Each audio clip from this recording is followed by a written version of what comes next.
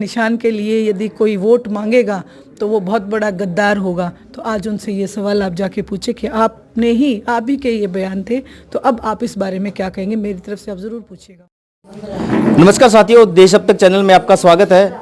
और बड़ौदा उपचुनाव की जो तारीखें हैं बिल्कुल नज़दीक आ गई है। 3 तारीख को चुनाव होना है। उठापटक जो है राजनीति की वो लगातार बढ़ती जा रही है। और आज हमारे साथ हैं सुनैना चौटाला जी और इनसे हम बात करेंगे कि क्या चल रहा है। नमस्कार जी। नमस्कार। तो स्वास्थ्य कैसा आपका? पहले तो बिल्कुल बढ़िया, एकदम। आप महिलाओं के पास भी जा रहे हैं और पूरे हल्के में जा रहे हैं, तो कैसा समर्थन आपको मिल रहा है? बिल्कुल बहुत ज़्यादा प्यार मिल रहा है। और इस वक्त तक भी मुझे ये है कि मैं चाय पानी दूध, मैं कहती हूँ भी 1 डोलू दूध पी के मैं घर पे जाती हूँ। तो मुझे अपार प्यार जो बड़ौदा जनता का मिल रहा है और आश्वासन भी मिल रहा है। और मेरी जो महिला शक्ति हैं खास करके, वो सब मेरे साथ खड़ी हैं इस वक्त।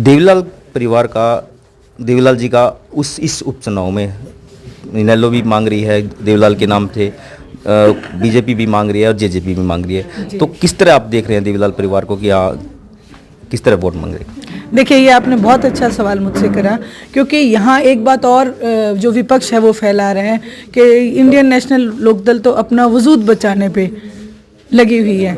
मैं ये कहती हूँ, ये इंडियन नेशनल लोकदल चौधरी देवीलाल जी की देन है और उन्हीं का वजूद लेके आज जो है बीजेपी भी घूम रही है और जेजेपी भी उन्हीं के वजूद को लेके घूम रही है। तो वजूद चौधरी देवीलाल का बहुत बड़ा है।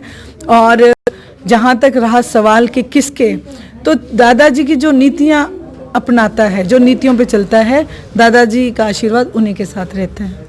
आज दुष्यंत चौटाला जी आए हुए थे, हम गंगाना गांव में उनको कवर करने पहुंचे थे और उन्होंने कहा कि इनेलो का नाम ना लेकर एक पार्टी का नाम नहीं लिया। उन्होंने ये कहा कि जिसका एक विधायक है और वो भी ये कहता है कि हम सरकार गिरा देंगे चुनाव के बाद। तो इस पर क्या कहोगे? मैं उस पर ये कहूँगी कि आप किन की बात कर रहे हैं। या तो आप पहले तो वो अपना पक्ष क्लियर करें। एक तरफ वो कहते हैं हम चौधरी देवीलाल जी की नीतियों को अपनाते हैं, दूसरी तरफ जो नीति चौधरी देवीलाल जी की इंडियन नेशनल लोकदल में है उसी पार्टी के ऊपर वो सवालिया निशान लगाते हैं, जबकि उनकी खुद की पार्टी एक तरीके से कहीं दिख नहीं रही है बड़ौदा उपचुनाव में।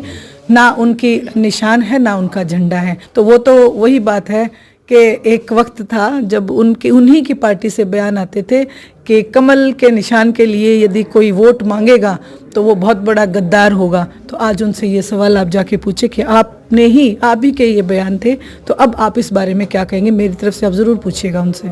मुख्यमंत्री मनोहर लाल कल कथुरा गांव में थे और उन्होंने कहा कि कांग्रेस के जो उम्मीदवार है भालू का नाम लेकर, उनको नाम भी नहीं पता है, तो उन्होंने ये कहा कि एक वो उम्मीदवार है इसको कोई नहीं जानता है।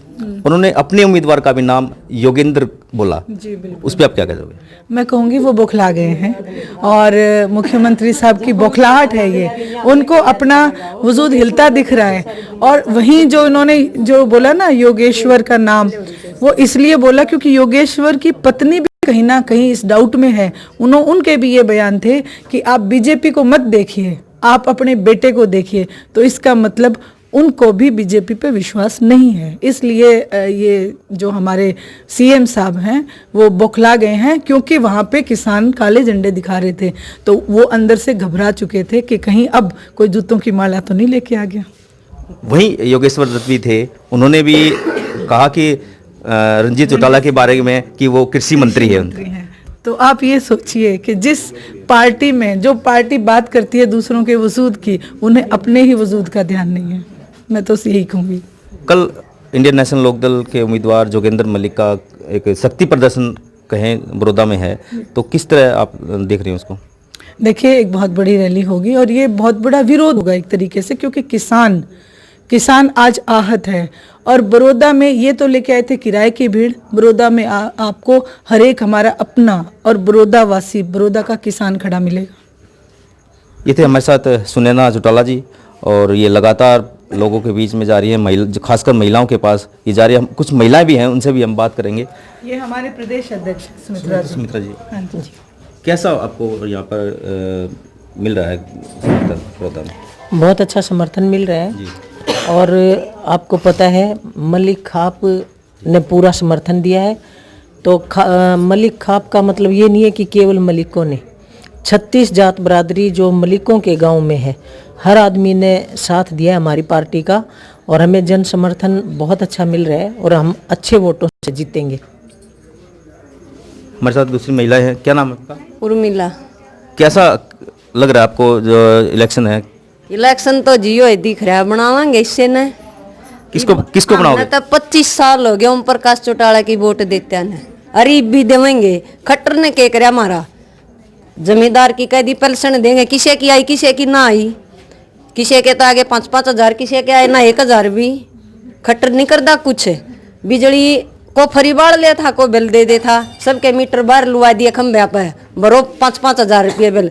गरीब आदमी खान न दाने नहीं, बिल इतना इतना आ जा, क्या काम करेगा गरीब आदमी? भूखा मरेगा, गोली खावेगा, बच्चे उसके बर्बाद होंगे।